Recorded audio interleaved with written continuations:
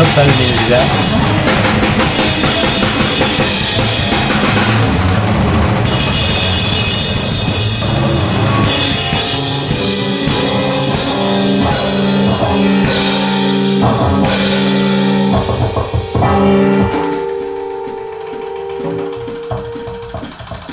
I should probably be using something other than VLC for details.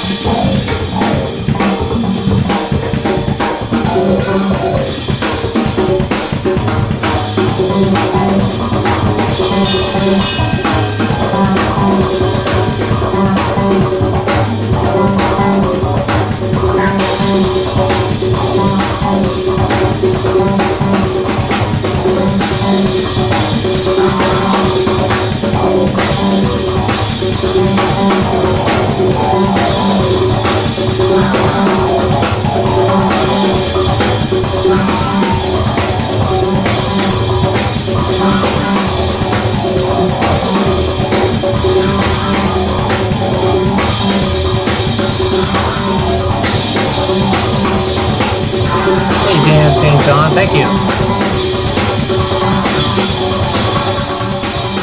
This is The Children of Mu, off of Sessions 2011.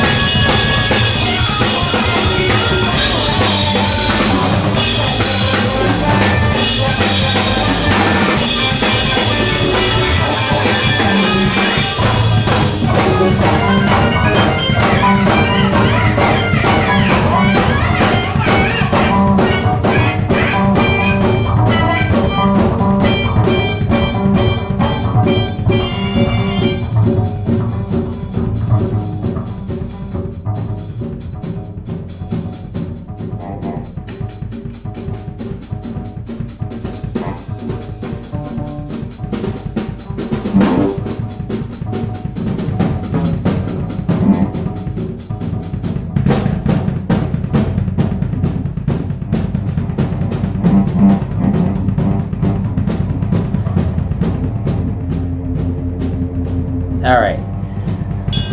So let me go ahead and pause here for a minute. Yeah, that was the Children of Mu, or Mew, however you want to say it. It's my band, I guess I say it Moo. Yeah, that was a concept I started back in... When was the first thing? I guess the first one was like 2008 or somewhere around there. And the whole concept... But that recording you just heard was 2011.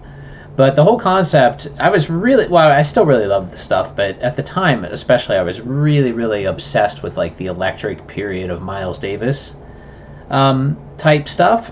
And I wanted to kind of do something in that, that vein. And I, just basically had a whole list of people that I knew were into that kind of music. And it wasn't like always, the same group of people every single time because everybody was busy, and a lot of the people that played in the Children of Mu were like professional gigging musicians too. So basically I would just call them up and be like, whoever was available, they'd come over to my studio. Well, that one we actually did at the bassist place, that session. So most of the time, like it just, there'd be like 4 or 5 of us would show up, and then I'd just start recording. We'd improvise the whole thing. And basically did that for the whole summer. And after it was all done, I went through all of it and just edited it all down and came up with all the parts that I liked the most, and released Sessions 2011.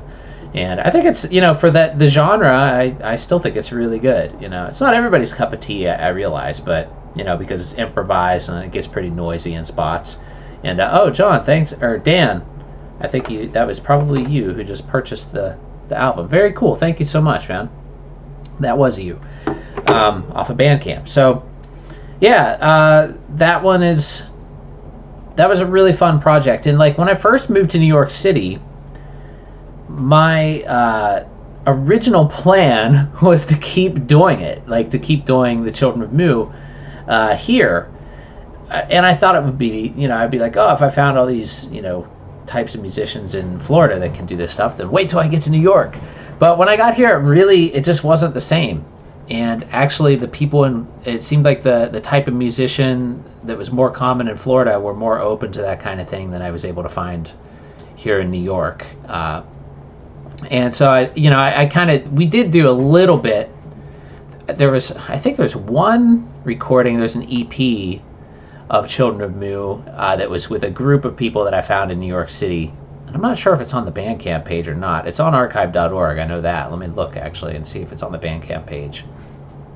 I could play some of that here though. I know there was one that I did with the New York group that was really creepy and really cool sounding. It's actually kind of terrifying sounding, but I like it though. Let me find it. Let's see, did we have one of them, the most recent Children of Mu is actually all me. It's just, basically just I would record a track, then record another track, improvised over top of it, and then another one improvised over top of it. And then I just made up names of people that were on the album. Let's see. Okay, so yeah, Trials is one that... There's another Children of Mu on here called Trials, and this one is interesting because I don't think I have it in my folder here. I'll have to play it off the Bandcamp page.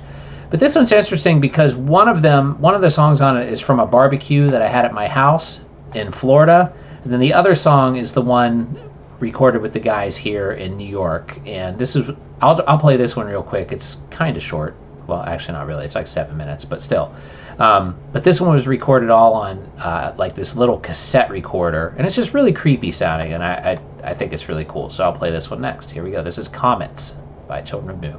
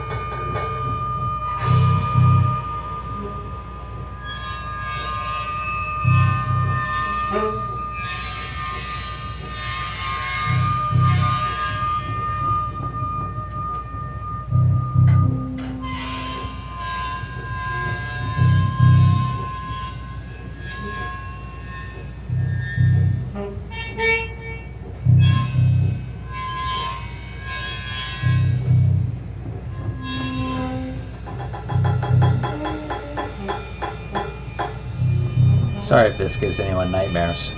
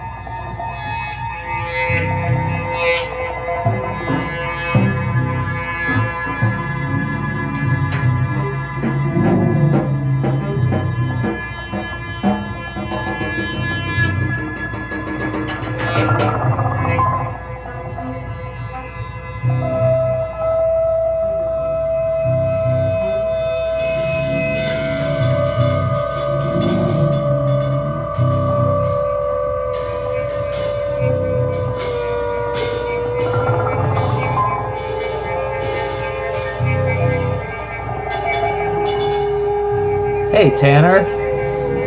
I know it's you. I saw your name on the chat. Still playing the drums?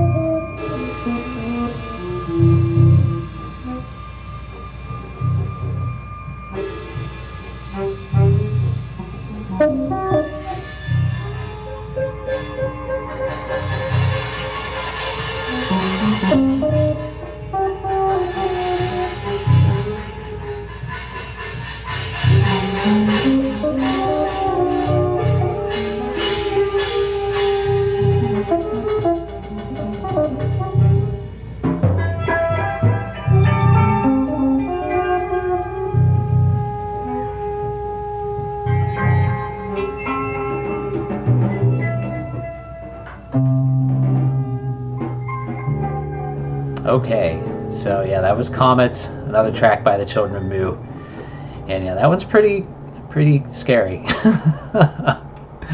but I dig it.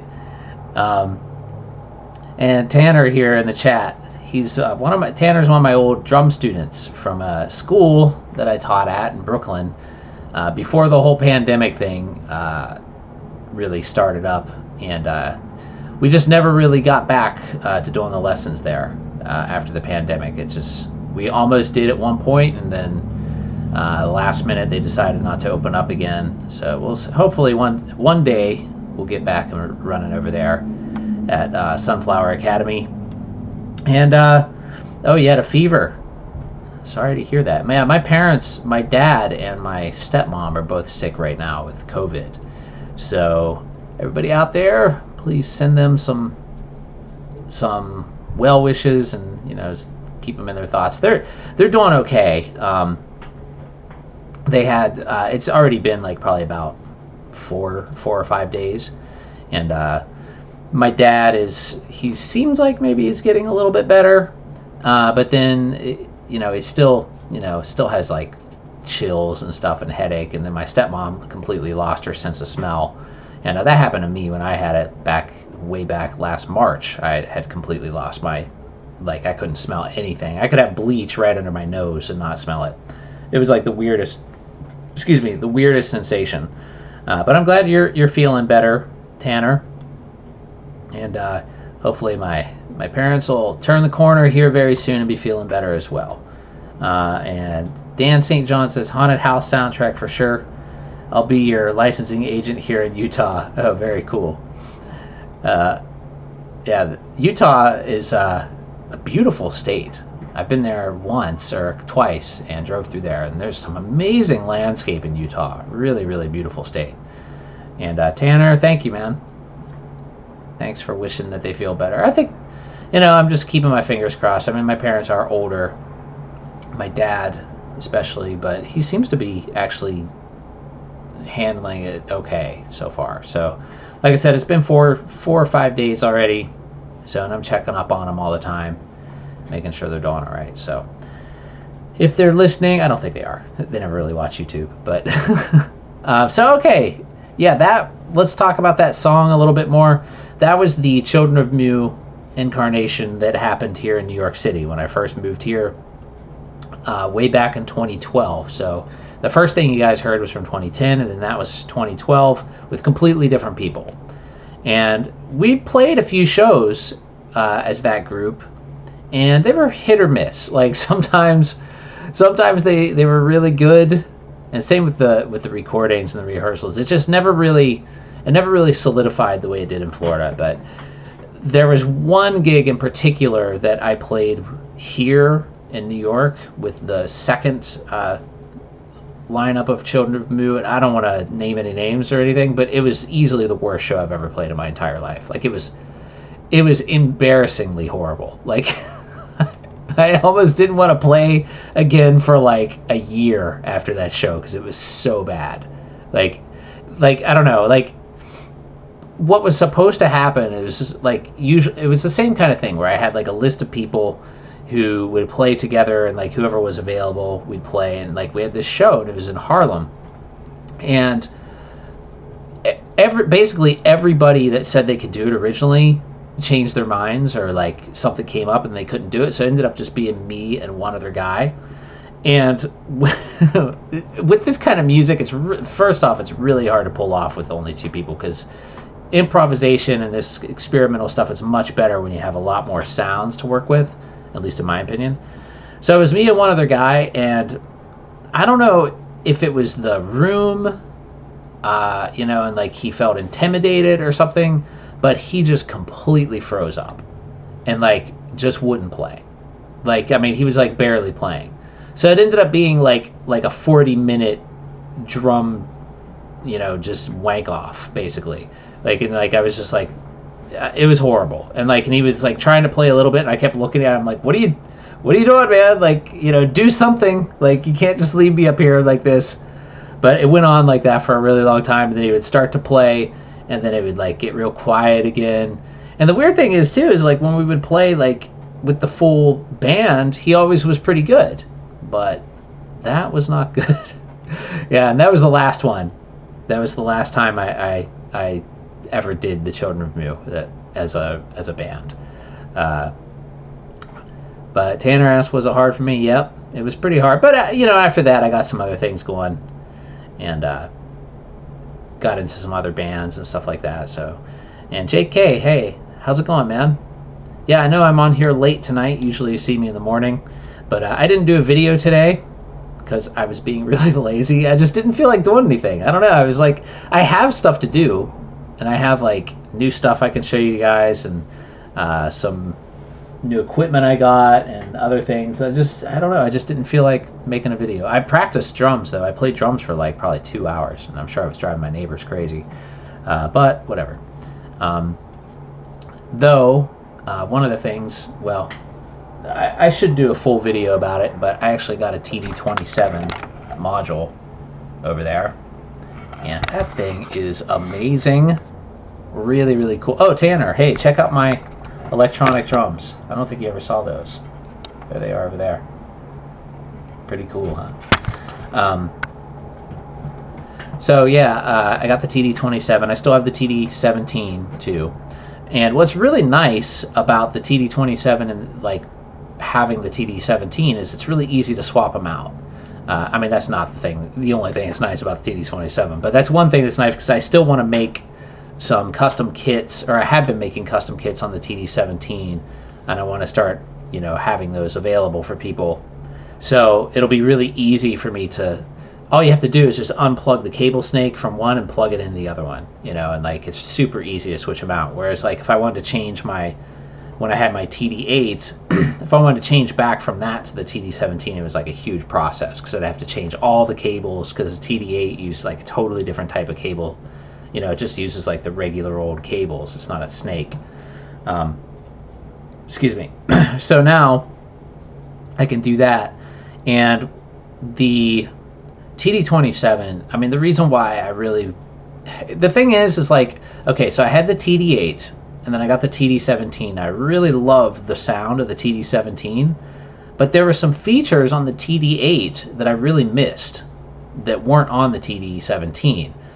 For one is having individual outputs to go to different channels, whereas on the TD17 you just have a stereo out. You just have left and right.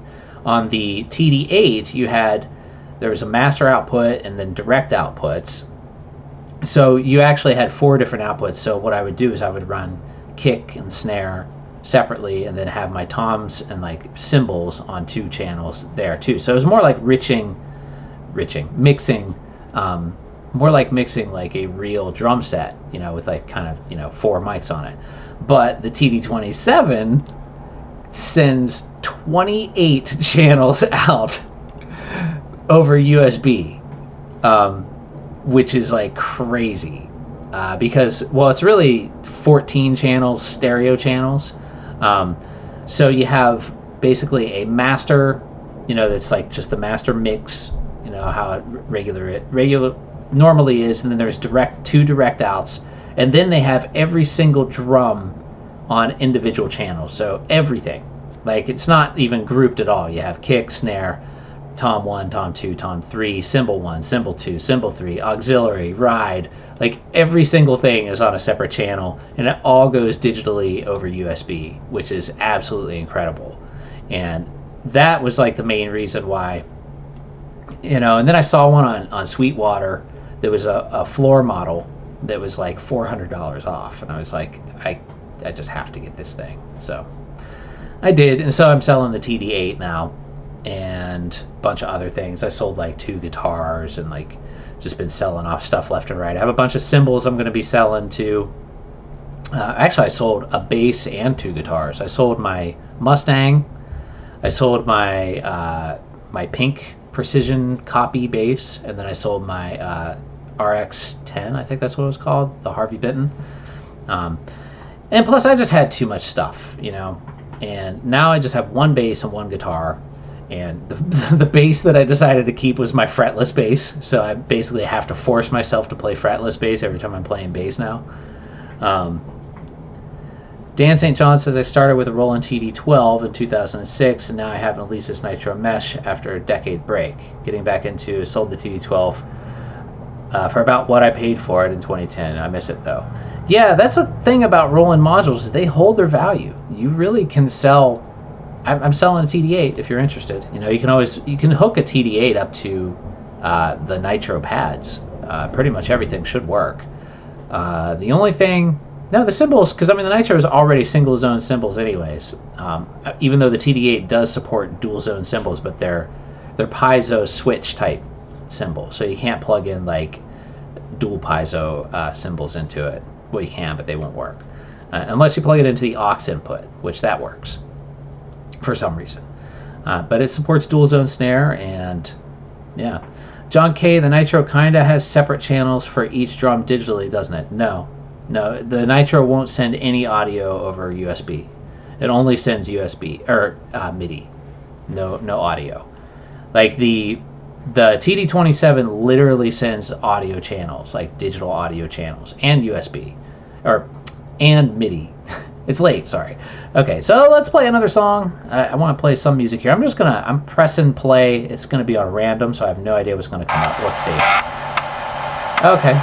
Well, let's listen to this, and then I'll tell you what it is.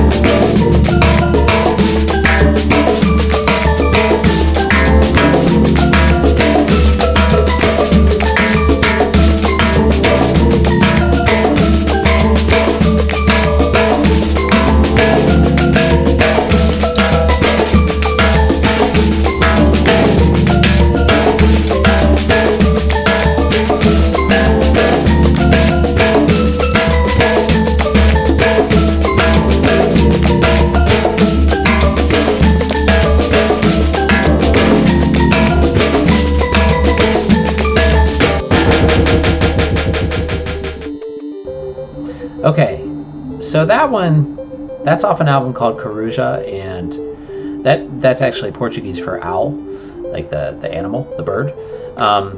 So at that time, when I made that, actually now it's under the name Demonic Sweaters, but when I first recorded it, I used to make all my music under the name Justin Robert for a few years, and late I still do stuff under Justin Robert, but the Justin Robert stuff is more ambient, so I kind of took the stuff that wasn't as ambient and put it under the Demonic Sweaters name. But really, that doesn't really matter.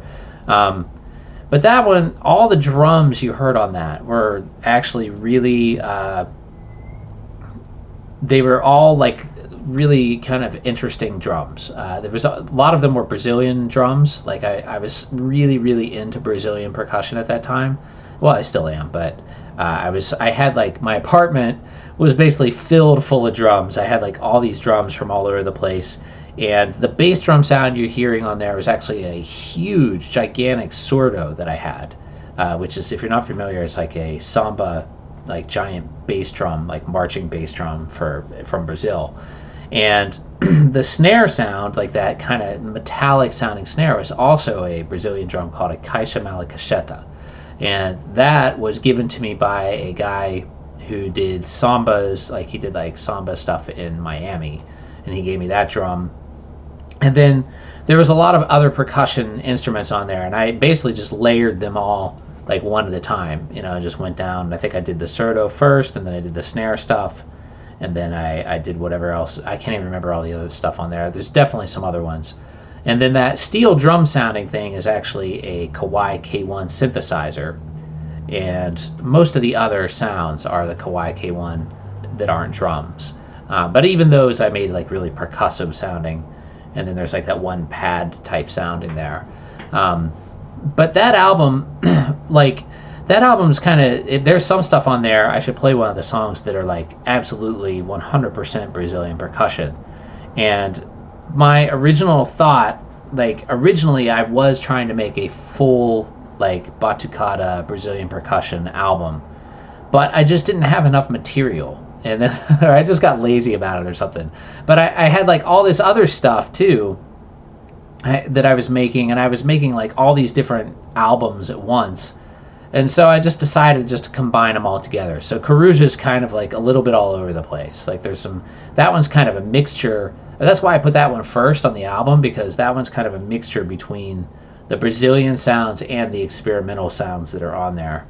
But let me play a little bit of one of the other ones that's on that album that is Brazilian percussion, so you can hear. And this one just is totally like samba.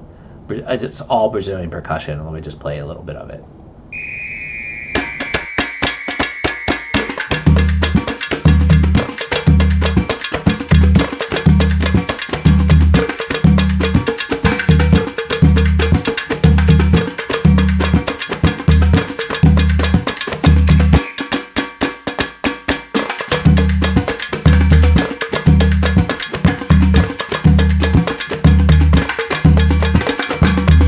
So that song that you're listening to right there, I won't play the whole thing, even though it is, I think, I did a really good job on it. Not to toot my own horn, but that one, I've made the most money off of that song, that just what you heard right there, that percussion track, than any other song I've ever made, because it's been licensed for like several like rum commercials and just like all this stuff, like all over South America and stuff. And it's so funny that it's being used in like Mexico and Brazil too.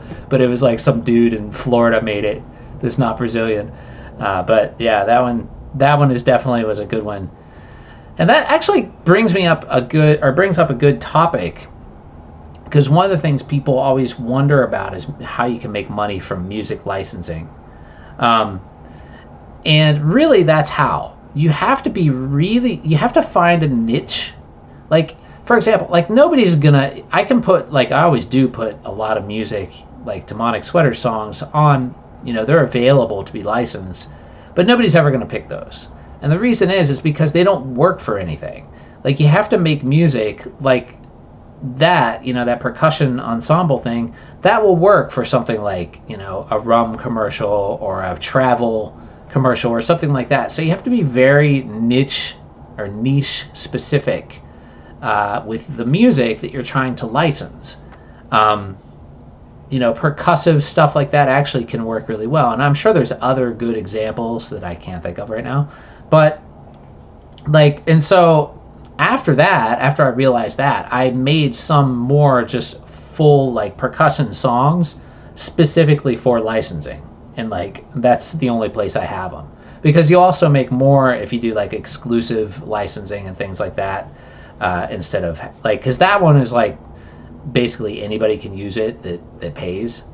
So it's nobody has exclusive rights to it, but you can do things that have exclusivity, and you'll make a little bit more money if you do it that way.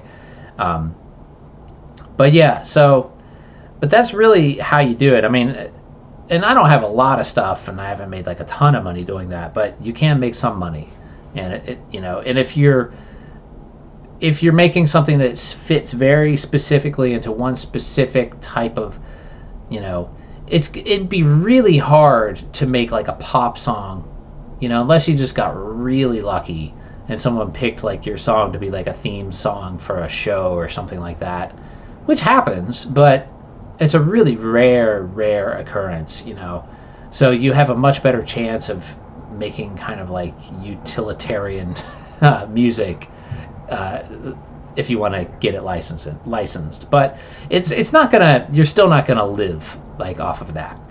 You have to do a lot of little things, to really get some money going, and that's basically what I do. I just have a million little things all over the place, which makes taxes really difficult. But but yeah, let's play another one. So let me skip ahead here. Oh, this is a new one. All right, let me pause it. Okay, so I have a new album coming out on February 17th. I haven't really been promoting it. I should more, because I released so many albums. I'm still trying to promote the last one I did, which just came out on December 4th. But this one's coming out February 17th. It's called Earth Asylum, and a brand new album, and I'm singing or screaming.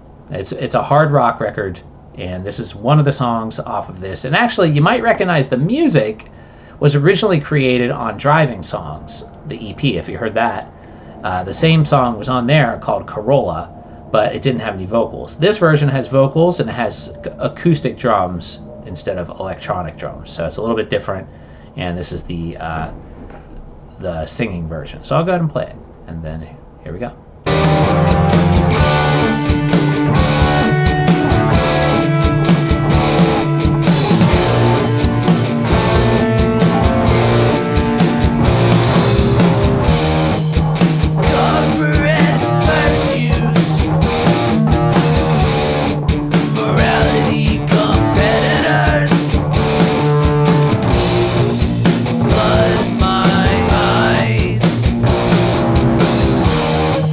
Say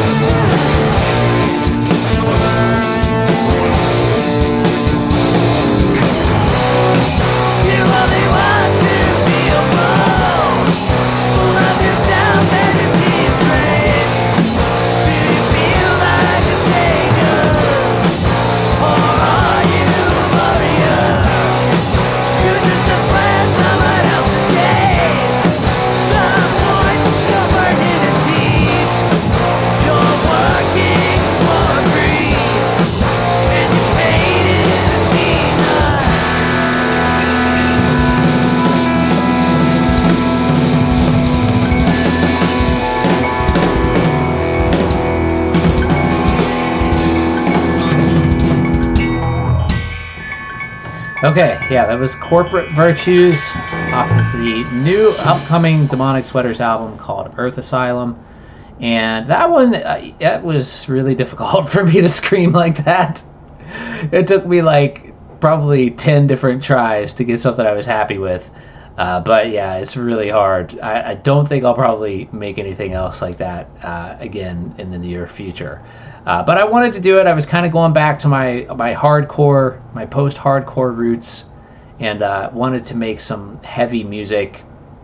And so I wanted to do the vocals too, and I thought it was fitting to have this screaming type vocals in there. And yeah, it was just, especially after not singing for so long and then coming back and trying to sing, you know, with like screaming, it was really, really difficult to do, and it like destroyed my vocal cords completely. But not every song on there is real screamy like that. Like some of them I'm singing clearly, and that was much easier to do. And so, but yeah, so yeah, that one, it took me a really long time to finish. I mean, by my standards, to finish that album because of vocals. Every time I'm trying to sing, you know, it just makes everything take much, much longer because I'm not like, vocals aren't the first thing that come to my mind, really. Like a lot of people, like they write vocals first and then they write music around their words, but I'm not one of those people. Like I write music and then if I'm forced to, I'll put words to it. But it's hard, you know, but I just wanted to do it because I hadn't done it in so long. I was like, I should make an album with vocals. And so that's what I did. Excuse me. The next one probably won't have vocals, though. And then, like, I mean, actually, I was making that. I started that album basically the same time I started doing driving songs, which I think was last March. It was probably about a year ago, or almost a year ago. And I kind of was doing them at the same time, but driving songs was sort of like sketches. They were kind of like ideas for like these kind of like hard rock, kind of post-hardcore songs and metal and stuff like that. And so I put the sketches together and made driving songs, and then took some of those and put words to them, but then also created some other new ones for Earth Asylum and put words to those too. But there's still two instrumentals that are actually also on driving songs that are on Earth Asylum, but they're a little bit different. They all have acoustic drums on Earth Asylum, whereas on driving songs they all had the Alesis Nitro. So just a little more fleshed out on the new one and more completed. You know, I set up mics and all that stuff. So, and that was yeah. So this one that it was about to play before I stopped the next one is, ooh, see, this one's 43 minutes and 31 seconds long. So I don't know if I'll be able to play that one, or maybe I'll just leave it on and let the stream go. But that one is, yeah, it's really long. But that, I should play a little bit of it though, because this album is actually interesting story, I think. It's interesting to me. It might not be interesting to anybody else out there, but it's interesting to me because I was living in Florida and I didn't have any friends at this one point or anything to do, really. I would just work and make music at my house. And hey, Sebastian, how's it going? And I used to stream this online radio station back in, I guess that was like 2007, somewhere around there. Yeah, well, it says 2007 right there. Yeah, so I think I had that online radio station for a while. It was like from 2006 to maybe 2009 or something like that. And it was called Dreamentia Radio. And it was on like the Apple, you know, when iTunes used to, I don't know if it still does that, but iTunes used to have like the radio stations. And it was even on those, you could like tune into it. But I used to just, every single night, I would just play these weird ambient, you know, improvisational sets on that radio station. And I recorded all of them. So I have this one album that's called Oceanic. And that's like, you see that tiny little cover right there. And this is under Justin Robert. And it's 10 hours long. And some of the songs are like 43 minutes long. I think it's 10 hours. It might be longer than 10 hours. Like, it's really, really long. And yeah, so it's all that kind of stuff. Just these live streams that I would do. So I should play a little bit of this. I'm not going to play all 43 minutes because that would just go way too long. But let me go ahead and play a little bit of it, and we'll see how far we can get. It might be I might have to skip ahead a little bit if it's too sparse in the beginning, but let's see.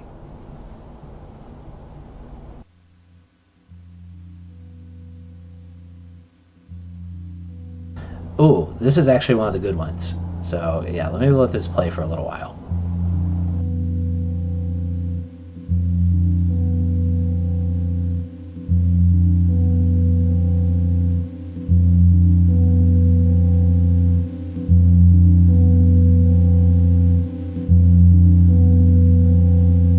There actually is one video of me playing this kind of stuff from this period on my channel somewhere. I'd have to look for it.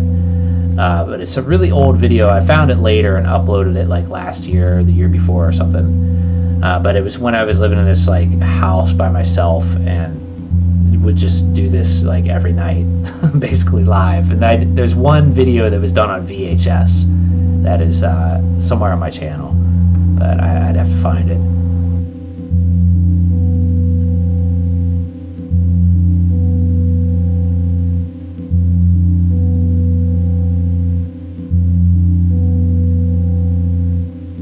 Might have to skip ahead a little bit, unless you guys are into it.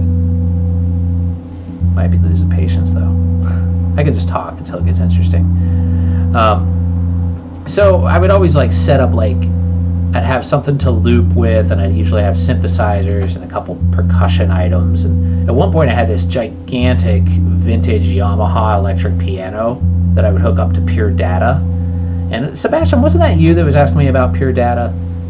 I think that was you.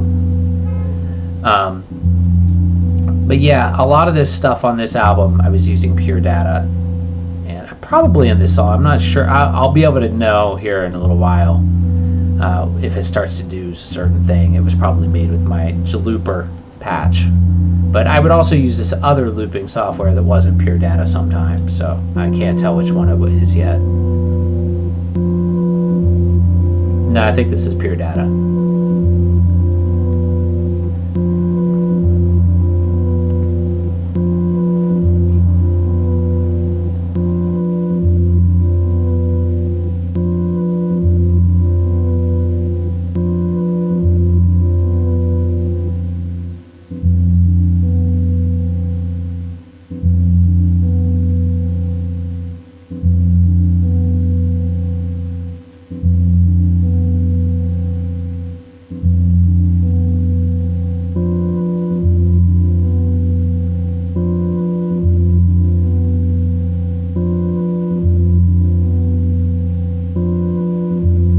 Back in the 2005, 2008 time period, there were a lot of net labels online, and it was kind of before Bandcamp overtook everything. There were all these websites that had like downloadable music, and some of this, well, not this album, but I did a few albums for some of those net labels. Yeah, it was like this whole scene that was kind of, a brief thing on the internet before Bandcamp overtook everything. But that was kind of cool, and a lot of it was like ambient, trippy stuff like this.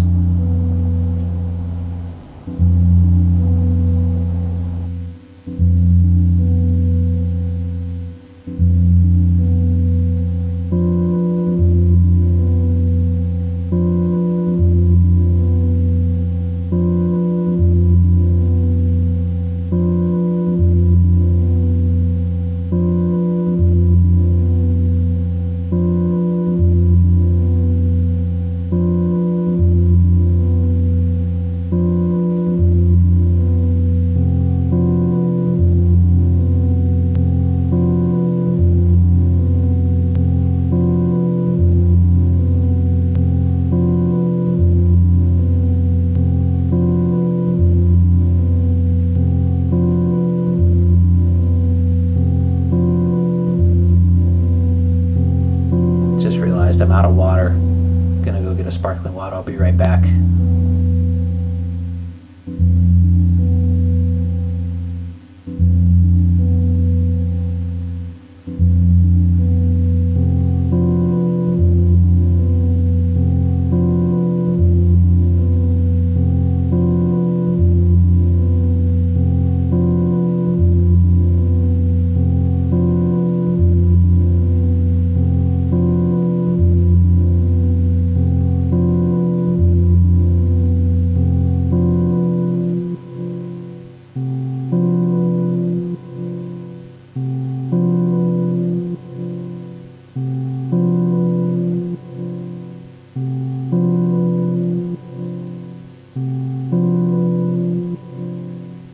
Actually, this one might not have been pure data.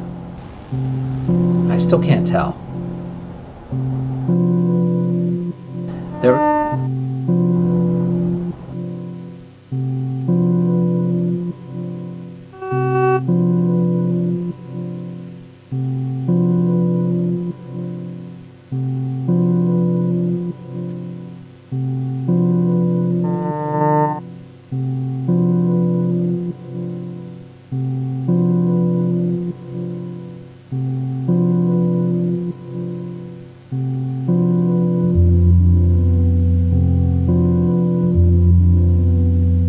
I think this might have been done with something called Ambiloop or Ambiloop.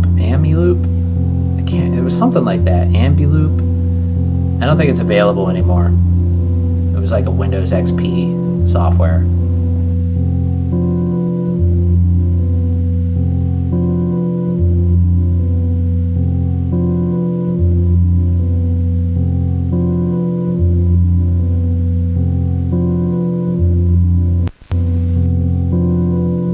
There's little glitches in here and everything too, like because this was all live. But let me skip ahead a little bit and see if it gets more. Oh yeah, okay. So yeah, there's some beats come in here. Let's skip ahead.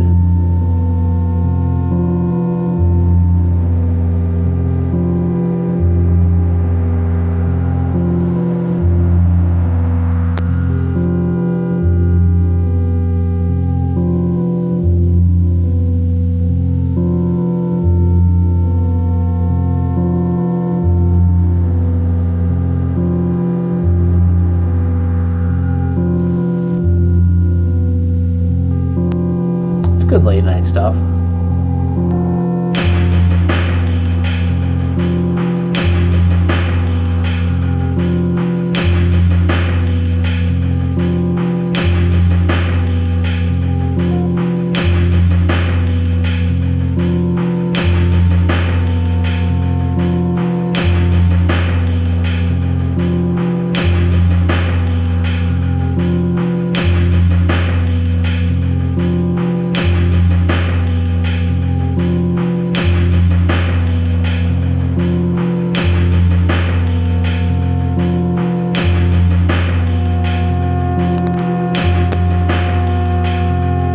Oh, Sebastian, that was you that was asking about the pure data.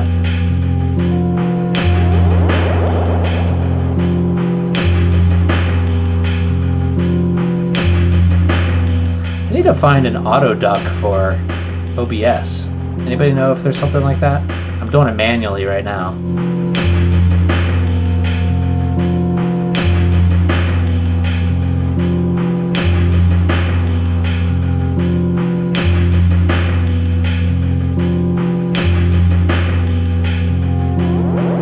This actually might put me to sleep.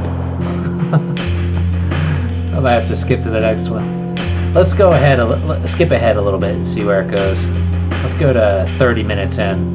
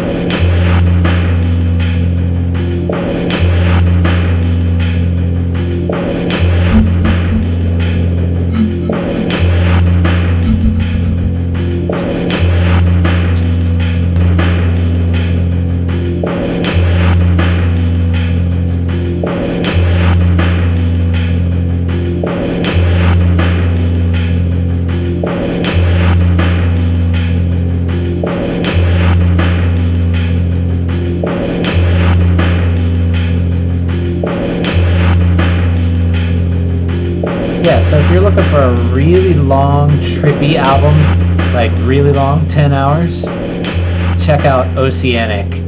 I love the cover art. I wish I could pull up a large cover art here. Let me see, I could probably do this somehow.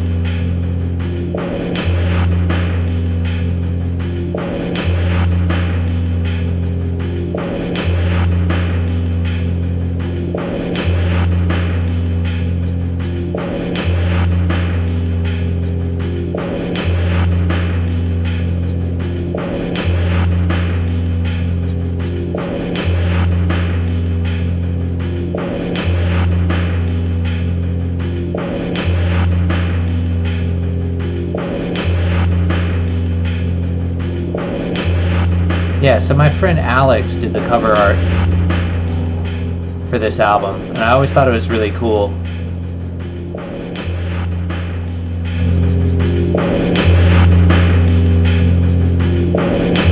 Yeah, it's totally ambient trip hop, Sebastian.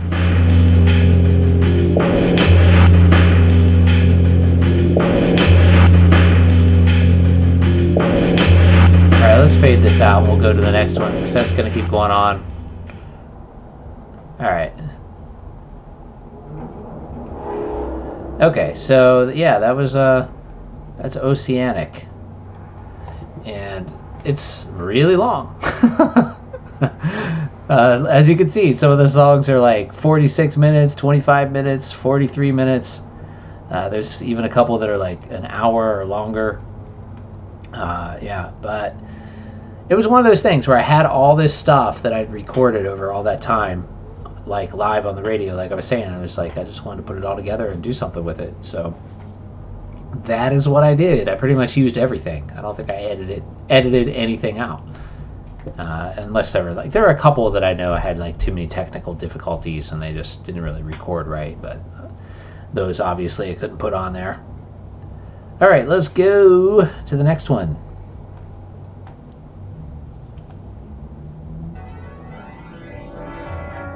This is a short one.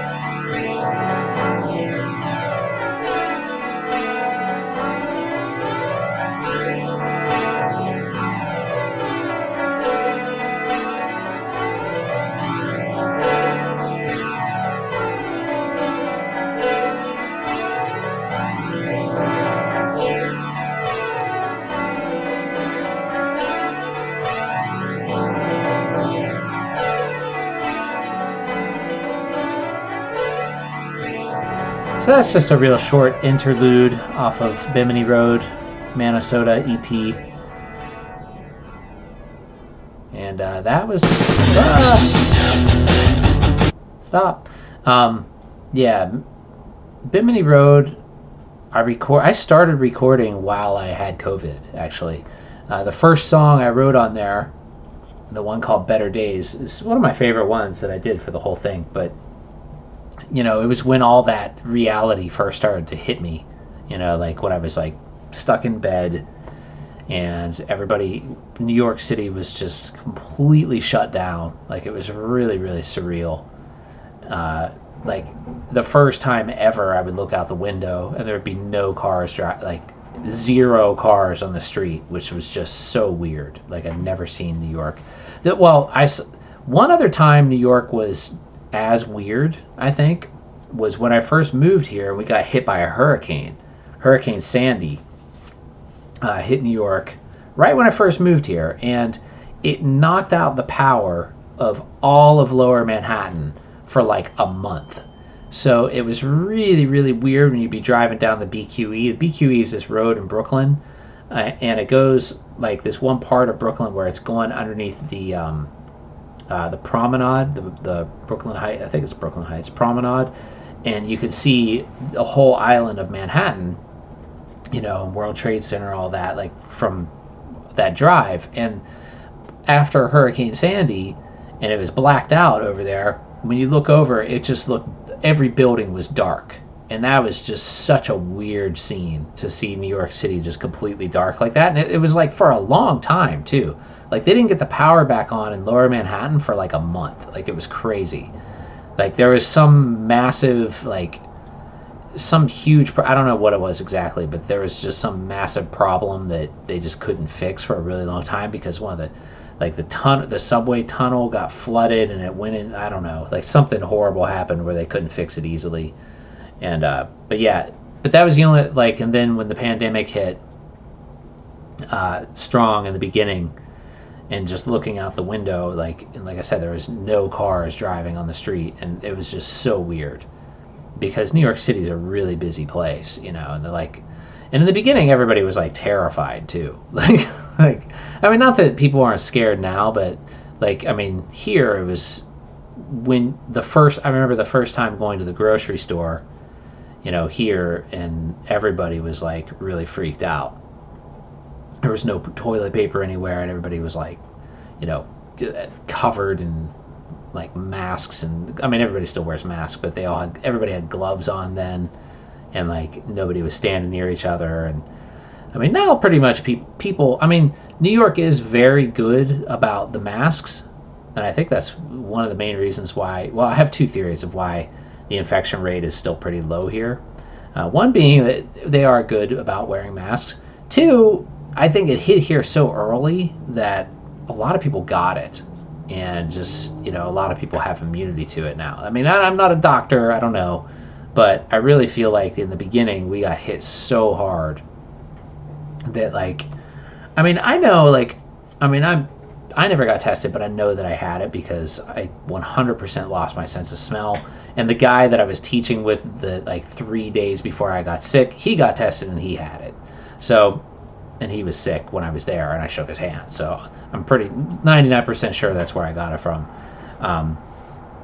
But what was I saying?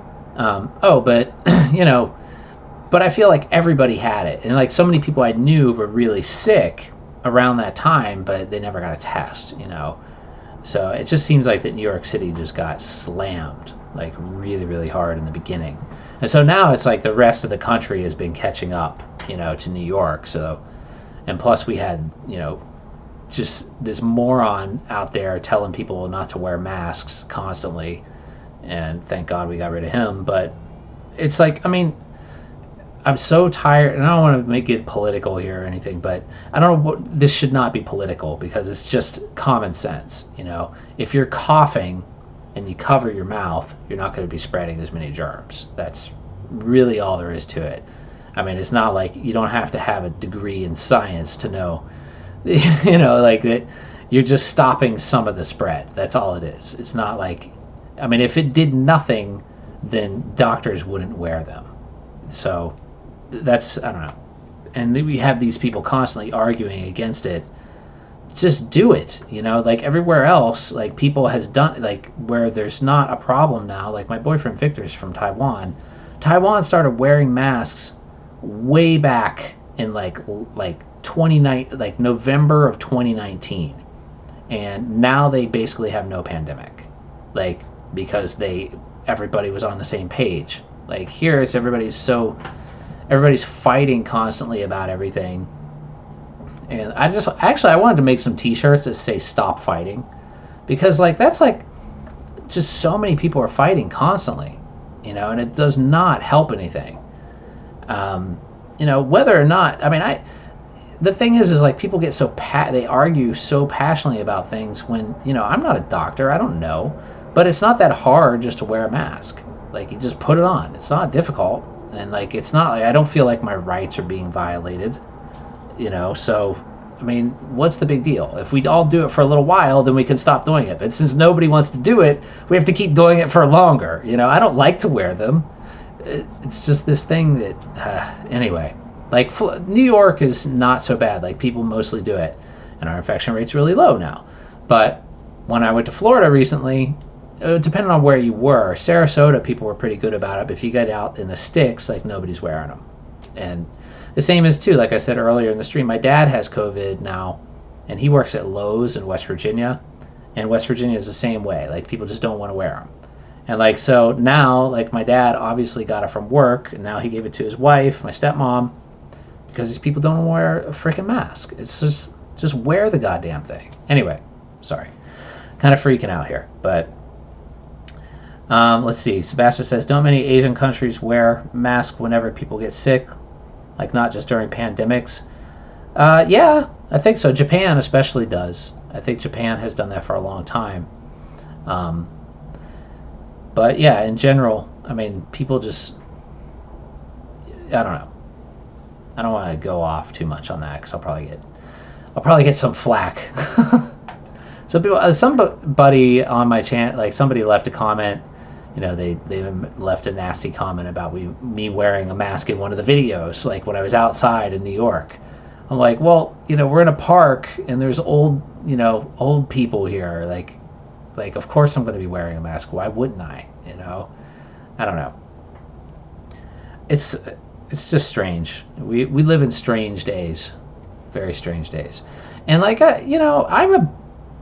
the thing is, I'm not anti-conspiracy theory, like, at all. I'm really into that stuff. Actually, I used to be.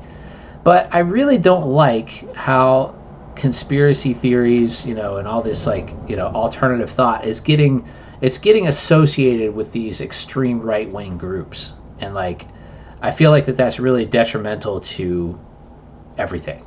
Because, maybe there without a doubt are some conspiracies for sure, but when you start hearing things like a certain person who used to be in the United States government is somehow secretly fighting these evil gangs of Satanists and all this, then you're just like, no, why would this guy who's always been a rich jerk, be just none of it made any sense. And then, I don't know. I've talked about this before. One of my least favorite thing, he did a lot of bad, but one of my least favorite things about the former president is that he forever tarnished, alternative thoughts, or alternative thinkers, conspiracy theories, and all that stuff. Because now everybody associates them with Trump. And you can't, if something like Zeitgeist, if you've ever seen Zeitgeist the movie, if that came out now, thank God that came out back in 2005 or whenever that was. But if it came out now, it would be people would say it's these right-wing extremists, even though it's the furthest thing from right-wing that it could possibly be. But that's what they would say, if something like that came out today. It's weird. We live in weird days or weird times. But part of me thinks, here's my conspiracy theory, that Trump was specifically chosen for that. Because now, if anytime you bring up something like the stuff that they talk about in Zeitgeist, people can just go, oh, you're a crazy Trump supporter or something like that. I actually had somebody say that to me, one of my friends. He was because I was telling him about Bohemian Grove. He'd never heard of it. And Bohemian Grove is a real thing. This is something that really exists. It has a Wikipedia page. And he was saying that, he was like, that's crazy. And he was and then the last time I saw him, he was like, oh, I thought when you were talking about that, I thought that meant you're a Trump supporter. I'm like, what? What is that? How do these two things have anything to do with each other? They don't. But now, because of all this craziness, people associate things like that with him. So it's really bad. Now it's this is Bohemian Grove is a real thing that really exists, where a bunch of rich people go and dress up in weird outfits and worship weird idols and it's weird. It's definitely weird. I don't know if what they're doing is evil. I don't know. But it's weird. There's no doubt about it. It's weird. It's definitely some eyes wide shut type stuff, and it is a real thing, and it really goes on. It has gone on for a really long time. And people have been there, they filmed it, and they know, but because of things like Trump and Alex Jones and all this, and now, those people associate anytime you bring something like that up with being right-wing, it's weird. Anyway, sorry, I went off on a tangent there. But it's late. We're past 10 p.m. I think it's okay to do that a little bit here on the channel. So... what else is going on out there, guys? I should play another song. It's supposed to be a DJ set. I really need to plan this better. Sebastian says, I would like to go then. It sounds like fun stuff. Yeah, Google it. It's weird. It's definitely weird. It's a weird thing. Don't get me started. The podcast, when I used to do the podcast, I would go way more into this stuff. back then than I do now. Because for one, like, okay, like, I don't like to form, like, I don't like to have beliefs in things. And, like, I know that sounds weird, like, and I don't want people to misunderstand that statement. Because I think we're having a problem with belief these days, where people believe things way too passionately, and they're unwavering in their beliefs.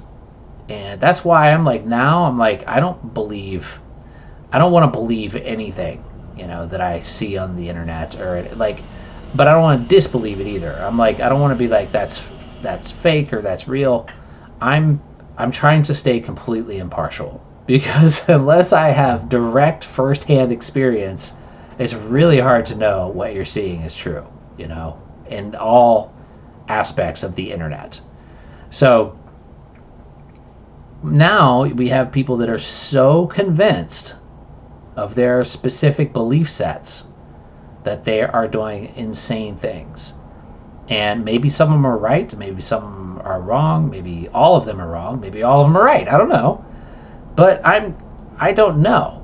That's the thing. Like, we need more I don't know out there. We need more people to admit that they don't know what's going on. We have to have, like, there needs to be a lot less people so sure that they have the right answers, and more people just to say, I don't know.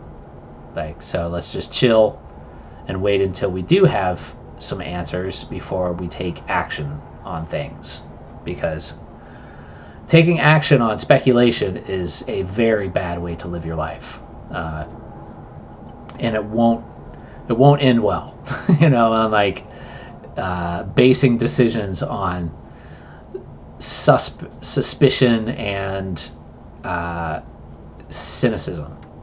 It's not how you should base decisions. That's not how you should base life decisions. So I try to look at the things that I understand, that I know, like music and just that almost all the people I talk to that I relate to with music and on my channel and Instagram or wherever, they're all really cool. Like, I don't have a problem with anybody. Unless somebody just decides to come on my channel and just bash me for no reason, which happens, but I usually just block them and ignore them. But there's a lot of angry people out there, and they don't want to, they get really, really emotional too. Like, I think that's part of the problem as well. It's not only this belief problem where people are very sure in their beliefs, but they get so passionately worked up and emotional about things. And a lot of that has to do with the internet, social media and these algorithms sending people down rabbit holes of, anger, and just fueling that anger over and over again because it gets them to click. And so people are generating ad revenue, the more they keep clicking on these things. And it's weird. I mean, it's not a good formula because, well, I shouldn't even have to explain it. I mean, obviously you know why that's not a good formula. I mean, it's like having a den full of, a big box full of snakes, and your goal is to get them to react. So to get them to react, you just keep poking them with sticks, like that's exactly what the internet's like. Its algorithm approach to keeping humans occupied is like basically poking a box of snakes with sticks, and just making them go nuts. That's kind of like what's happening. Snakes on a plane, oh yeah. Hey Nixie, how's it going, man? I'm up late tonight. This is my video. I got lazy today, and so just started doing this. Anyway, let's play another song. I'm going to pick one this time instead of doing random. Let's see. What can I play? Crabs in a bucket. Yeah, I mean, checking in, enjoying your insights, says Chris B. Thank you. I mean, it's just, I think the way that we can become, we're going to have to stop taking sides. People need to quit taking sides. A lot more people need to start becoming neutral about things, and just not not taking a side, because I don't think that taking a side, and it's weird, like, because both sides get angry if you don't take a side. I just feel like there's way too much extremism going on, way too many extremists, like, all around, on both every side. Like, people are just becoming more and more extreme in their opinions and their beliefs, and it should just, people just need to chill out. Okay, here's one. This is another. Am I going to play that one? Let me see what else we have. Let's see. What do I want to play?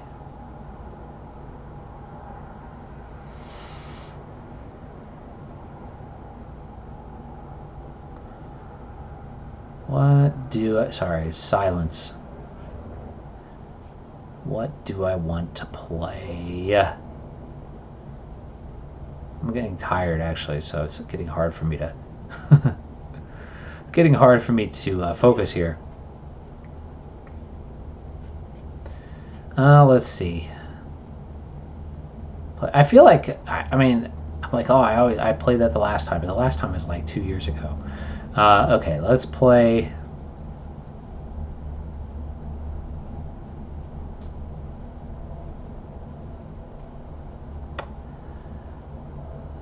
another old one. Okay, this I always like this one. This one's called Lavender Tarantula, and this is off of Karuja. 2000 and when? 2009? Something like that? 2008?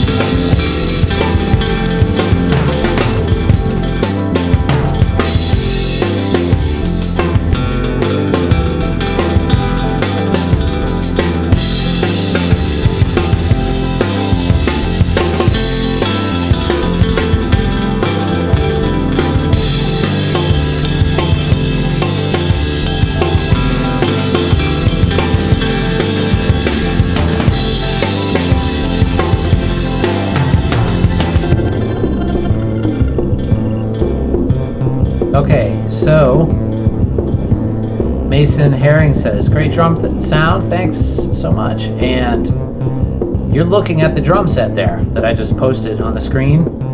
That's what you're hearing. Now that drum set, I actually played that drum set for quite a long time, not with all the pieces though, that you see there, but on that recording is exactly what you're looking at right there. And this drum set actually was something that I made from a bunch of parts that I got from a storage unit. I basically bought a whole storage unit full of drums from this guy when I was living in Florida. And let me show you too what that thing, oh wow, that picture's huge. But most of the drums that you see there actually looked like this when I got them. They were a TKO percussion, like this really crappy generic drum set, you know. And so what I did is I wanted to make a concert tom kit, like drum set. And the concert toms are drums that have no bottom heads like that there. And so the rack toms on that drum set, that TKO, were like super deep. And so I literally cut the bottoms off. Like I cut the shells, like I cut probably about 3 inches off of the shells. And then yeah, no resonant heads, no resonant hardware on any of it. And it had a great sound. Like it really, and like what I did too is I refinished the whole thing in this walnut stain, and I even I put an oil gloss, what's it called? Like not the stain, but the stuff on the outside, like whatever that is, the finish. My brain's going blank, and I did it on the insides of the shells too, inside and the outside, and so it gave it this really, really loud projection, like, which I really didn't know that was going to happen when I was doing it, but it sounded really cool. And I played that kit for a really long time. I eventually had to add hardware on the bass drum, on the front of the bass drum, because it was a little too thin. It started to bend a little bit. So I did put hardware back on the front head. And oh yeah, Nick Z, if asked if it gives more attack if you don't use resonant heads, absolutely. You get a ton of attack without resonant heads. Some people don't like it, but I really like the sound of no resonant heads. It's, to me, it's a very specific sound. That's what Phil Collins always did. It's like a really 1970s and 1980s. Well, mostly the 70s. Phil Collins still used them through the 80s though, but almost everybody else was using resonant heads in the 80s. But excuse me, it just gives it a really like short sustain, a lot of attack, and a lot of volume, and not a lot of low end either. Like you lose a lot of low end, but when you're recording it, for some reason you can't tell. They have a cool sound when you're recording. But that, like I was saying, that kit. Sorry, I'm jumping all over the place. I used that kit in Quiet Suns, in the Excitables, on the first Minnesota album, on a lot of stuff. But what had happened with that kit, I mentioned Hurricane Sandy earlier. When I brought that kit with me when I first, and it was on all the Children of Moo stuff too. I brought that kit with me when I first moved to New York City, and I had this rehearsal space in Greenpoint where I had that drum set stored. And that was right when Hurricane Sandy hit and it got flooded.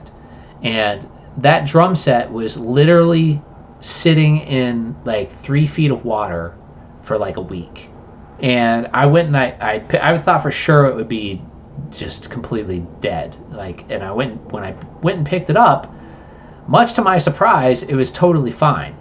I mean, some of the hardware was kind of messed up and like corroding and stuff, but the wood, because I had used that oil lacquer on that's what it's called, lacquer, on the whole thing, like inside and out, it essentially waterproofed it. And so like the bass drum had, like, I dumped the bass drum, it was like a bucket full of water. I like dumped it out, and then once it was dried, it was fine. And I ended up playing it for like several years after that. Took it on 2 tours with Quiet Suns, but then the hardware started to really fall apart. I think because of the water damage eventually, like I started to get a lot of things breaking, like like a lot of the lugs kept breaking, like where I would tighten, they just like snap in half, and then the bass drum spurs started breaking, and I just got tired of repairing it. And so then I bought my Tama Imperial Star, and then I gave that set to my friend's son. And I don't know what he did with it. Maybe he still has it. That'd be cool if he did. But I'm like, I always give stuff away. Like, I've given so many things away. But nobody ever, like, not once has anybody ever said, hey, Justin, check out this thing I made with that drum set you gave me, or check out this thing I made with that guitar you gave me. No one has ever done that. I just think that that's kind of weird. Like, I mean, I don't know. I'm not, like, demanding that they do it, but when I was, like, young, like, a few, like, when I was a kid, like, I had some adults give me some things, I remember a friend of mine's dad gave me a mic and stuff like that. Like, and I'd always be like, hey, check out this thing that I did with that gear you gave me. Now, none of them do. Like, I had this other drum set that I used on, it was similar to this one, actually. I did this kind of similar project again, and I made a silver one a couple years ago. I don't know if you saw those videos, but I called it Sun Drums. But I had those things there in a storage unit, and they were huge. And I gave this it was like a huge drum set. I gave this entire thing away to these two kids. And I was like, yeah, send me an email, show me what you do with it. Nothing. It was like 2 years ago. Not a word. They never reached out again, ever. Like, okay. I mean, maybe I'll stop giving things away. I don't know. And just sell it, because I've had more people give me props on stuff they bought than, I don't know. Maybe not, but let's see. Sebastian says, like Bad Love by Clapton Drum Sound or Easy Lover. Yeah, probably. Sebastian says, I sent you the tracks made with your Mothman synths and drum samples. Yeah, that's true. You did. But you are a rarity, though. Those Mothman synths have been used by thousands of people, and I think you're the only one that's ever sent me anything. Like, seriously. Like, they've been up on KVR and stuff like that, and I know they've been downloaded, like, hundreds of thousands of times. And, like, nobody... there's even somebody made a YouTube demo of them. Like, that wasn't me. Like, somebody else just made them. And, like, yeah, nobody's ever sent me anything. You're the only person. So thank you for that, Sebastian. You're the only person who's ever sent me anything they made with the stuff I gave them. Nixie says, maybe they sell all the stuff you give them. Yeah, probably. Well, I know I gave away this Mac. It was a original Apple Macintosh. And I gave it to this guy who was like a vintage computer collector back in Florida, and he sold it. It was like, that's real cool, man. Like, I don't know. No, they didn't even give me a shout out. No, Sebastian. Yeah, it's pretty, whatever. It's just strange. I find it to be strange. I always do. Like, when I don't know. It's just odd to me. But no, I guess people just don't really think, they don't really care. Anyway, yeah, I'm actually giving some stuff away right now, Sebastian. I have a couple cymbals that I'm giving away, and but I picked a couple that I'm going to give away, and it was funny that I'm talking, and this is why I'm actually thinking about this right now, because I posted an ad on Craigslist for first I was going to give away a lot. Like, I had probably 7 or 8 cymbals, and I was like, I'm just going to give these all away. And I made a specific ad. I was like, kids or somebody that really needs them, like, let me know what you're going to use it for. And then somebody replied to the ad, and they were like, hey, I'll take those off your hands. Like, they didn't even say what they were going to be using them for, or like who they were, or like what, or anything at all. And so I replied, I'm like, so what do you plan to use these for? Why do you need them? No response. So I took down the ad. I'm like, I'll just sell them. There is one person I'm gonna give a couple to, but I think, I've seen him play, and I feel like that he's, passionate about playing drums and stuff like that, and he's local too. So I'm like, I'll give him to this kid, and then the rest of them I'll sell. Because people don't seem to they don't seem to care. You should give them stuff. Most of them. Some of them do. Yeah. Sebastian says I used to give away a lot of stuff. Now I just sell it. That's weird, man. Like, I mean, I don't know. So I would like somebody to change my... okay, I will mention there is another person, Ian, if you're watching this, Ian, or if you watch this later.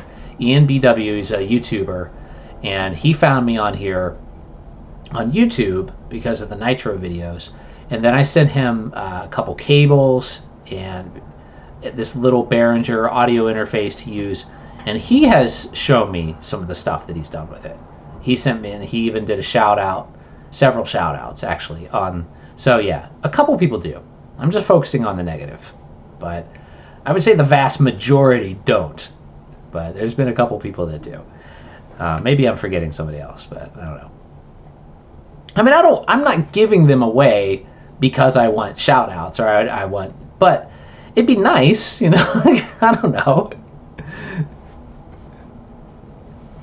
Sebastian says the Mothman sets are great. You should get more credit for them. I really enjoyed using them and adding some effects. You can get some huge sounds, especially ambient sounds, using reverb. Thanks. I still use them. I use them all the time. They're some of my favorite synths. Like, I mean, it's really like the presets. You know, you can get almost any synth to make cool sounds. But I feel like, you know, I did pretty good on the presets. And so, like, a lot of times when I'm using them, I'll just use presets that I made because it's all stuff that I like, you know. So, you know, and that's same with, like, with drums, with electronic drums. You know, I've gotten a lot of people liking my presets, you know, on the Alesis Nitro. And, well, soon I'm going to be releasing some for the TD17 and the TD27. And, but I feel like, you know, I have a good knack. I'm pretty decent at that, like getting sounds that I think are usable and that people like, you know, or that I like. And usually when I like them, other people like them too. I mean, because I don't make like super insane sounding things that are not usable. Like, I actually purchased a pack of, if you missed earlier, I talked about how I just got this TD27 module, and I bought my first pack of Drum Tech drum pack, like patches. And I wanted to try them out, and some of them sound pretty good, but it's weird though, like I still haven't found one on there that I would use, like personally, in a song. Like they're almost, like some of them have like, they're like 75%, and then I'd have to like, you know, do stuff to them to make them to where I'd be happy with them. But they're still pretty good. There's one I really like a lot, except for the toms.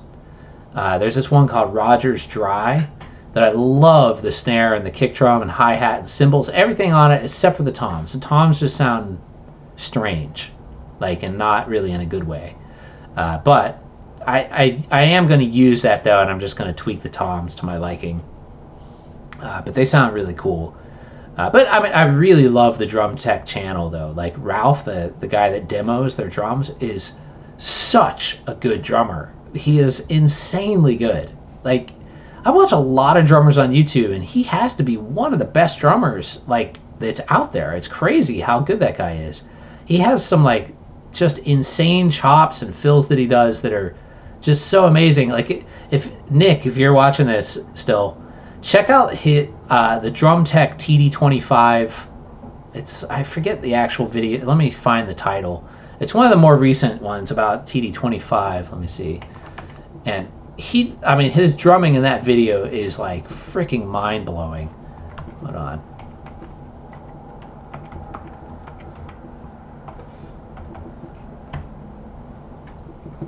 Where? Oh yeah, here it is. The LA Studio Sound Edition. Wait, I'll just post the link in the chat. His drumming here, it's just crazy. Like some of the chops, and I've been learning some of it. I actually picked out a couple of the chops he did in there. That it's new stuff for me. And what I did is I just used the YouTube player and just slowed it down, and then I could figure out some of the things he was doing. There's one though, I even left a comment in the video. There's this fill he does at 407 where I need to figure that out. It's like one of the coolest fills I've ever seen, and I really don't quite understand it, but it's really, really awesome. And he's super friendly. He always responds to comments, and I checked out. He has a channel too. It's called, I think it's called like Digital Drums or the Digital Drummer or something like that, where he plays a lot of acoustic drums on his personal channel too. But yeah, phenomenal drummer, like one of the best that I've seen in recent times. It's crazy how good he is, and he's so clean and just smooth the way he plays. Really, really great. Oh, I can't play that while I'm on the air. I'll get a copyright strike. So yeah, let's play another song. Let's see. I'll just let it go random again. Let's see what it does. Truth is true. So what you want to do with it?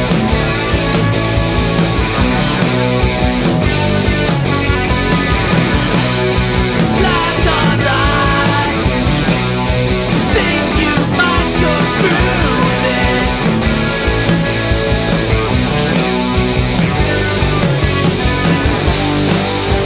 I don't have to know to be sure what I know. I'm not like the rest, don't you know? I've got all the facts, all I need to believe. There's no telling what I'll do. It's not me. I'm not who I used to be.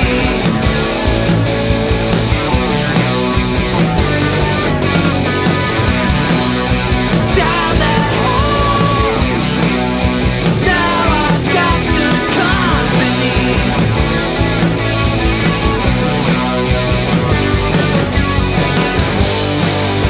I don't care at all, though I like to pretend there's something inside of me. I've got all the facts, all I need to believe. There's no telling what I'll do to you.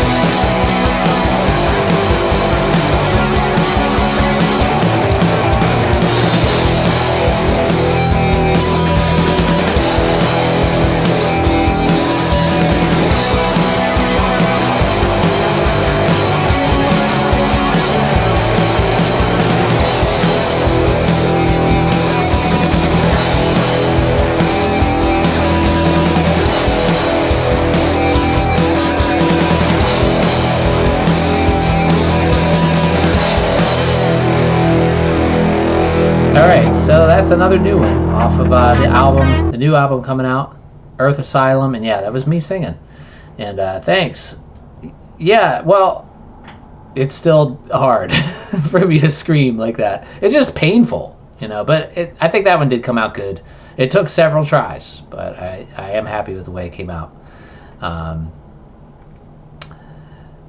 Oh, Jeff Hughes says, I see you sold other 2 snare drums. Did I? I know I sold one of them. Let me check. One of them sold last time I checked. Did the other one sell? Let me see. My shop. No, I've still got one left. So there's still one. It's on the Reverb shop. Yeah, well, I used to sing a lot. I've sang in bands. So I just am out of practice and I get lazy. If I really it's easier for me to sing clearly than it is to scream. I just wanted to do like more raw, rough kind of screams, and like that's really difficult for me because it's painful. Like I'm just not very good at it. Singing, like clean, clear vocals is why is my stream buffering?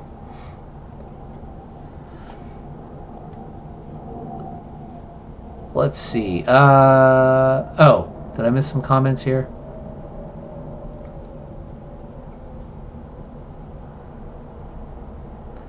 Sebastian says, it's funny, I've played with a lot of different drummers and many really skilled ones, but I still have met less flashy drummers with better feel. What do you mean? Oh, less flashy drummers with oh yeah, totally. Like, I mean, it's not all about flash. I'm getting kind of tired too. Let's see. Sebastian, I heard you once say vocals are hard for you, but they sound pretty cool here. Thank you. It's just, yeah, I mean, it's still hard, I think it's one of those things, though, if you just do it more, like, I just need to do it more. But I don't have time. Like, it's also very time-consuming. Like, that's another thing. Like, I can crank out instrumentals. Like, if I really focus, I could create an instrumental song a day. Like, I totally could. But if I'm, I can't do that with vocals. Like, I'm not that in practice. Maybe if I did it all the time, I could. But it's really difficult. Like, vocals, it takes time. It takes time to write the lyrics. You have to work out the melody line. You have to practice singing it. And, like, it's just... it doesn't come real easy for me. I know, like, some people it does, but... and better singing than most drummers, says Nick Z. Thanks. Jeff Hughes says, I was looking at the first one with a different finish. My bad. Oh, no worries. Yeah, I sold two. I sold the Black Oyster one and one of the wood finish ones, but I have one of the wood finish ones left. And it's boxed up and ready to go, so if anybody wants to get it. Let's see. Sebastian says, I recently started singing in my band by petition of the drummer and guitar player who wouldn't sing before, but I showed them a song I wrote, and they liked my singing voice. They kind of pressured me into it. Well, that's cool. I mean, if you can do it, then do it. It's cool that you still play in a band. I miss playing in a band sometimes, but I don't miss playing in a band that's like I don't know. I do a lot of stuff where I'm just playing drums with people's songs, and not that I don't like that, like I like doing that, when people have worked out stuff, but I miss like really collaborating in a band, like together with people. But it's so hard to find people that are, one, on the same page, like musically, and two, just are competent. Like, it's really difficult to find competent musicians that can play their instrument. Like, it's crazy. Jeff says, personally, I prefer the finish of the first one. Glad I got it. Oh, yeah, that was you. Awesome. Thank you. Yeah, sorry, I didn't make the connection there. But yeah, I like that finish too, and I realized that after I ordered two of the wood grain one, and I got them, and I'm like, I probably shouldn't have bought two of this, because I get the drum first, and it's already finished before I convert it. And then I got two of those, and then I was thinking that, I'm like, I probably should have got, a different finish than two of the same wood grain finishes, because not everybody likes that natural wood. But it looks cool though when you see it in like up close in person. It looks really nice. But they both looked really good. Sebastian says singing and playing bass can be hard. It is, yeah. Because bass, you have to hold it down. Singing and playing drums can be hard too. But it's easier for me to do that than bass, for sure. Because bass is like... and it's hard for me to sing and play guitar too, honestly. I can do drums the best, just because... for drums, I can just play without, especially in like straight ahead rock songs like that. I can play that pretty easily and sing, because there's nothing hard going on in the drums in that song that I just played. And let's do one more. It keeps playing. I don't know why. I thought I had it on shuffle, but it keeps picking stuff off of the new album. But maybe I'll just play one more song off of the new one since I'm kind of giving it all away here, anyways. But it's a good promo. Um, and I want you guys to hear this song because I think it came out really good. And where is it? All I see is the way. Oh, here it is. Okay, so this one's called No Pixels. And I really like, well, first off, I had two guests on this song, and they both did an awesome job. And one of them was Justin Gracer, who you might have heard about on my channel before or seen him on here. He used to play in the band Machete, and he releases music under Justin Gracer. And he did the guitar solo in the song, and then his friend Cynthia did the backing vocals. And so I think they both did an awesome job, and I just really, really love the way this whole song came out, so I'm going to play it. And Justin's solo is just incredibly awesome in it. But here we go. This is called No Pixels.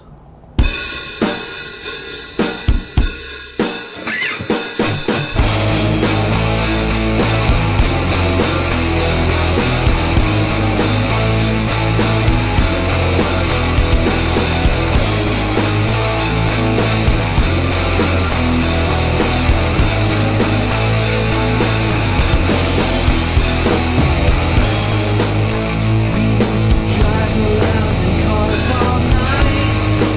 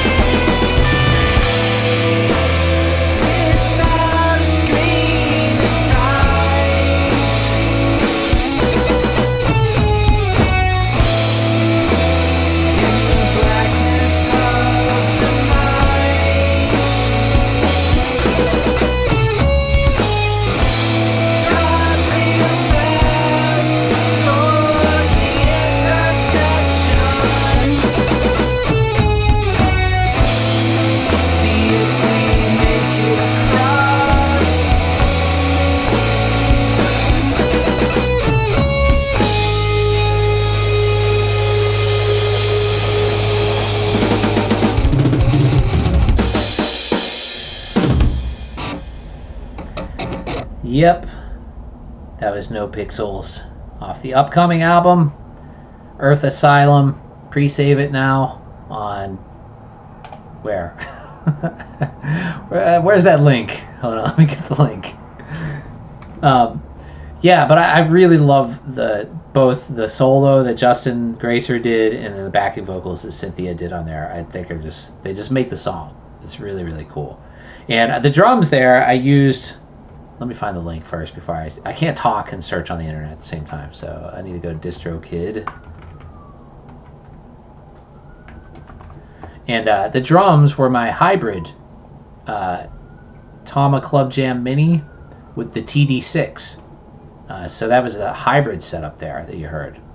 What the hell is going on here? I typed in the wrong. Oh no! Oh crap! Did I just install some kind of virus?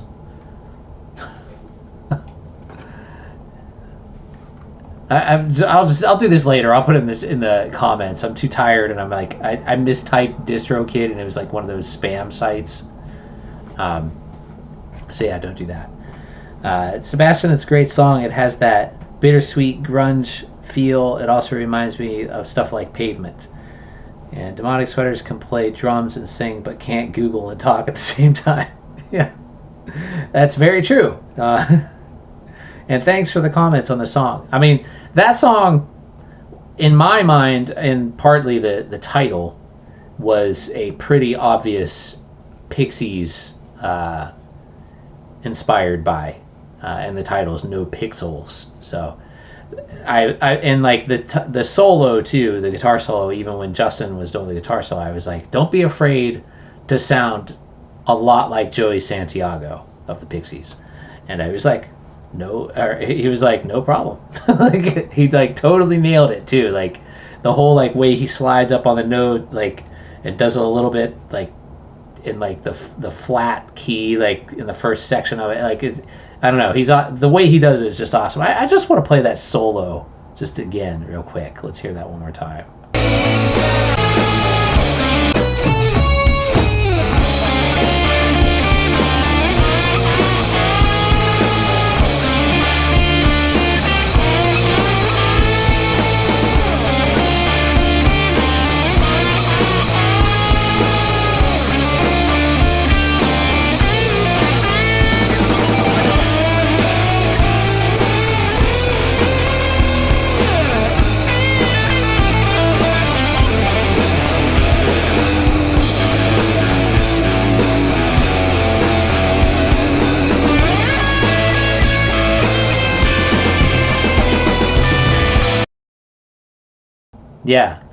Yeah, Sebastian, or like Ween or Pavement, or all that stuff. I mean, totally. I mean, the whole album, I was definitely going for a '90s, rock, indie, heavy, experimental rock type thing on pretty much the entire album. And there's one that's very Nirvana sounding, and I mean, you guys kind of heard most of it now. Like I've done it little bits and pieces on the channel, but I think that was the first time I ever played that song on here. Is there any other ones that you haven't heard? I mean, Portal has already been released, and that was the one that kind of sounds like, it's like a cross between Nirvana and Dinosaur Jr. But that one, it has been released, but the version that's on the album is a little bit different because it has live drum or acoustic drums rather than nitro drums on it. So the whole album has acoustic, except for that song has the hybrid, but it still sounds mostly acoustic, I think. It just gives it, the TD6 hybrid gives it that nice, just gives that extra, clarity on the drums. I really like how the drums came out on that song, actually. I think they sound really nice. But I'm getting pretty tired here, guys. And this is probably like the longest stream I've done in a long time. How long has it been? Let's see. 2 hours and 4 minutes. I guess I've done them that long before, but not this late in a while. Anything else you guys want to talk about or hear before I go? Is there anything? I know I have like one on here that's really old that isn't even on the Anthill recordings. You know what? Before I go, I want to play another one of Justin Gracer's songs because this guy really does not get enough credit. You guys should definitely check out his music. This is actually the one that's on Anthill Recordings, and this was his band Machete. He basically wrote all the stuff in that band, and so he recorded all the songs himself, playing every instrument.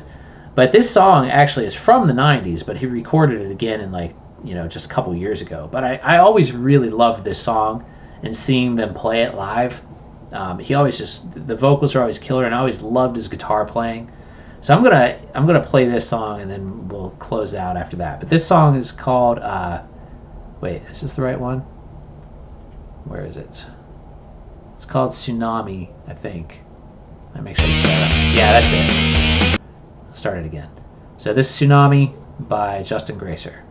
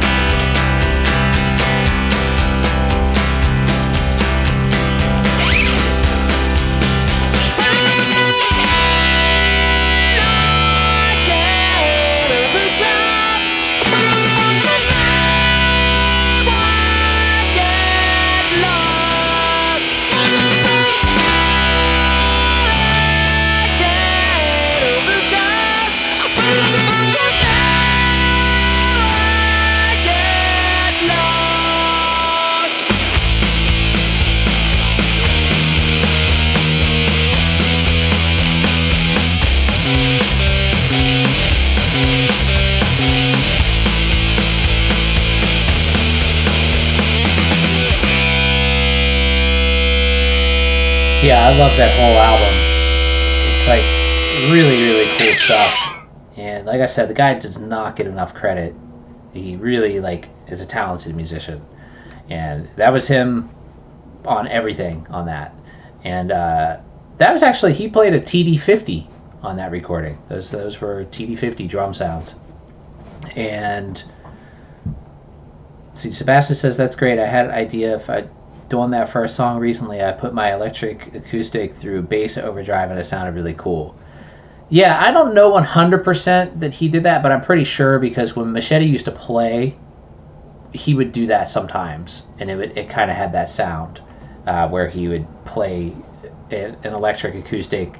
It was like an ovation or something through, pedals and distortion. There's actually some. Their other guitar player, Machete's other guitar player, has a cool channel that, let me see, what's it called? Let me find it. That has a lot of videos of them from back in the 90s. And like there's some really good ones actually. Let's see, let me find it here. And then he also has their other guitar player's name is Seth, and he also has some really just slice of life videos from the 90s in Miami, which are really interesting to watch because he was one of those guys that just carried a camera around with him a lot back in the 90s. And it's pretty cool if you want to see what life was like to a bunch of weirdos in Miami in the 1990s. That's definitely a channel you can find it. Let me find his channel here. I can't remember what it's called, and I subscribe to so many channels. Oh, I know how I can find it. Let's see.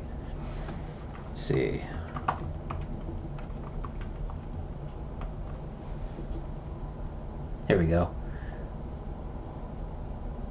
So actually, this is a video. I'll just share this video. And this is Machete back in like the 90s, 97. Wow. And this is when he's playing that acoustic guitar, like I was saying. And this is a really cool song too. I wish they had recorded this one, but they never did. But that channel, what is it? Wilger? To Wilger. That's Seth, the other guitar player in Machete, and he, like I said, his channel is filled with all kinds of just random video footage from the 1990s in Miami. It's pretty interesting and pretty funny. But yeah, so that's going to be all for tonight, everybody. Definitely check out the links and check out Earth Asylum. I never found the Earth Asylum. Let me do that before I go. It's making me sign in again. Now it wants me to send a verification code. All right, hold on.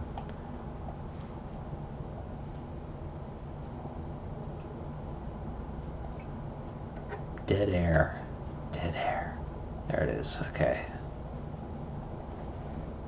Oh,